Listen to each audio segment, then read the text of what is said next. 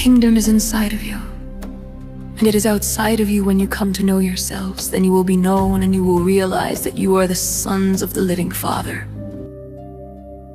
What if everything you were taught about the kingdom of God, heaven, and spirituality was looking in the wrong direction?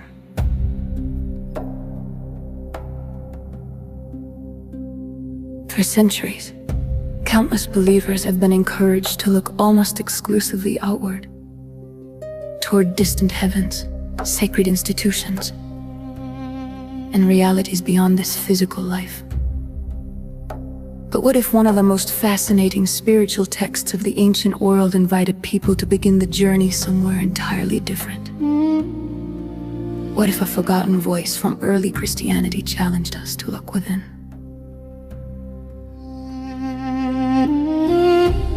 Welcome to the Apocrypha Code. Here, we don't seek to attack faith. We seek to understand history. Together, we'll open the sealed vaults of forgotten manuscripts, compare ancient traditions, and explore the ideas that shaped the spiritual world long before the biblical canon was firmly established. Today's journey begins with one of the most enigmatic texts ever discovered, the Gospel of Thomas.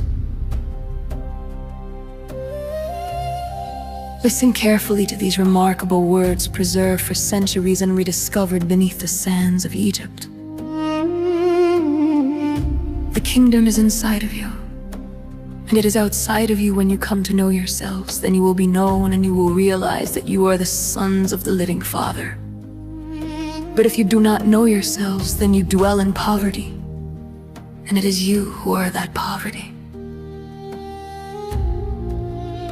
These words come from the Gospel of Thomas, an ancient collection of sayings attributed to Jesus, discovered near Nag Hammadi, Egypt, in 1945.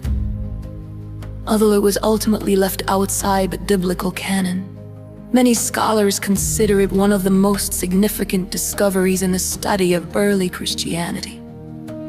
Its teachings differed in important ways from the theological tradition that gradually became orthodox, making it one of the most discussed apocryphal writings ever found. But here is where the story becomes truly fascinating.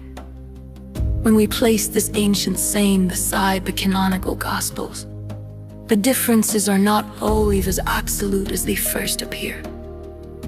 Unexpected parallels begin to emerge. Consider the Gospel of Luke, chapter 17, verses 20 and 21. When the Pharisees asked Jesus when the kingdom of God would arrive, he answered, "The kingdom of God is not coming with signs to be observed." Depending on the translation, he continues by saying that the kingdom is among you, in your midst, or even within you. Three different renderings, one profound question. Where is the kingdom truly found? Some believe the rediscovery of these forgotten writings was more than a historical coincidence.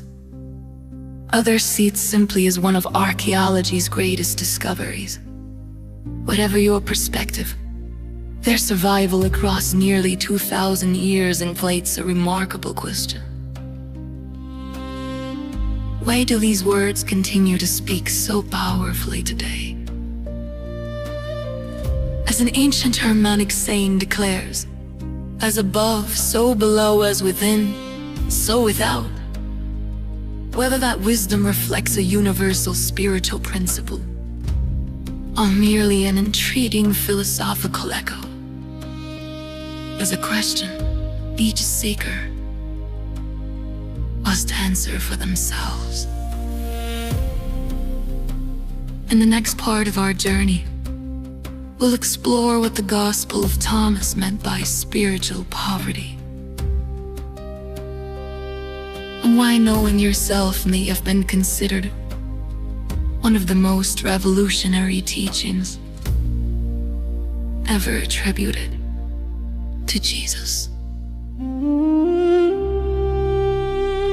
Before we continue, Write "awaken" in the comments if you believe that truly knowing yourself can change the way you see the world. In the first part, we encountered a mysterious statement from the Gospel of Thomas. When you come to know yourselves, then you will be known. What does knowing yourself actually mean? Could it point towards something much deeper?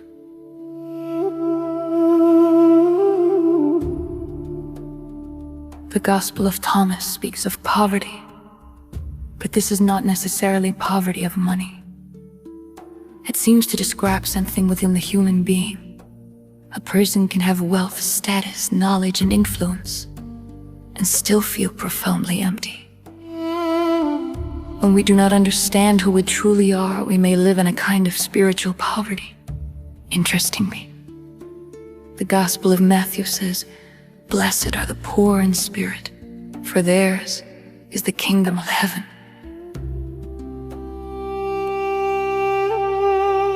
For centuries, this phrase has been interpreted in many ways. But beside the Gospel of Thomas, another possibility emerges. Perhaps spiritual poverty begins when we mistake our external identity for our deepest self. Think about how much of life is built around identity. Your name, your profession, your possessions, your beliefs, your fears. Even the story you tell yourself about who you are. What if all of these things can change, and what remains? The ancient seeker was not only asking, "What should I believe?" The deeper question was, "Who am I?"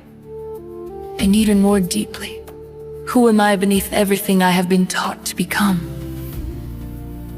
This is what makes the Gospel of Thomas fascinating.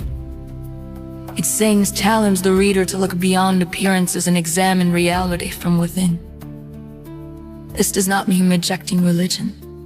The Gospel of Thomas is an ancient text, and its origins, dating, and relationship to the canonical Gospels remain debated by scholars. But regardless of theology, its questions remain powerful. What if the search for the kingdom begins with understanding the person doing the searching?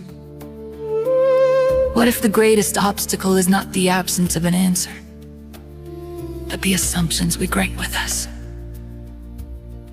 This may explain why the saying about the kingdom being inside and outside of you is so intriguing. The kingdom is not presented simply as a distant destination. It becomes connected with perception, transformation, and recognition. And the words of Luke become even more interesting. The kingdom of God is not coming with signs to be observed. Perhaps the ancient question was never simply, "Where is heaven?" Perhaps it was, "What kind of person can recognize the kingdom?" There is a difference between searching for something and becoming capable of seeing it. Let the sacred be present, while the mind is consumed by fear, desire, identity, and distraction. The hidden Christ is not here to tell you what you must believe. We are here to investigate, to compare and to question, to explore ancient Christianity through history, philosophy, symbolism, and spirituality. Because sometimes the most important discoveries begin, uncertainty ends. The Gospel of Thomas was buried for nearly 2,000 years while empires disappeared. Languages changed and civilizations rose and fell. And yet, someone eventually opened that manuscript again and read, "Know yourselves." Perhaps the mystery is why these words still disturb us. Why does truly knowing ourselves feel so difficult? Maybe the kingdom is not simply somewhere we go. Maybe it is something we learn to recognize. Maybe faith requires looking inward. Perhaps between those directions, the mystery begins to reveal itself. The Gospel of Thomas does not give us an easy answer. It gives us a mirror. A mirror does not tell you what you want to see. It simply shows you what is there. So here is the final question. If you truly knew yourself, without your name, your status, your possessions, your fears, and the story you built around your life, what would remain? Perhaps the question is not the end of the journey. Perhaps it is where the journey begins. If this exploration made you think differently about the kingdom of God, write "Awaken" in the comments and share what you believe the kingdom truly means. And if this journey spoke to you like this video, share it with someone who enjoys exploring the deeper mysteries of history and spirituality. And subscribe to The Hidden Christ. Until the next journey, keep questioning, keep searching, and perhaps most importantly, know yourself.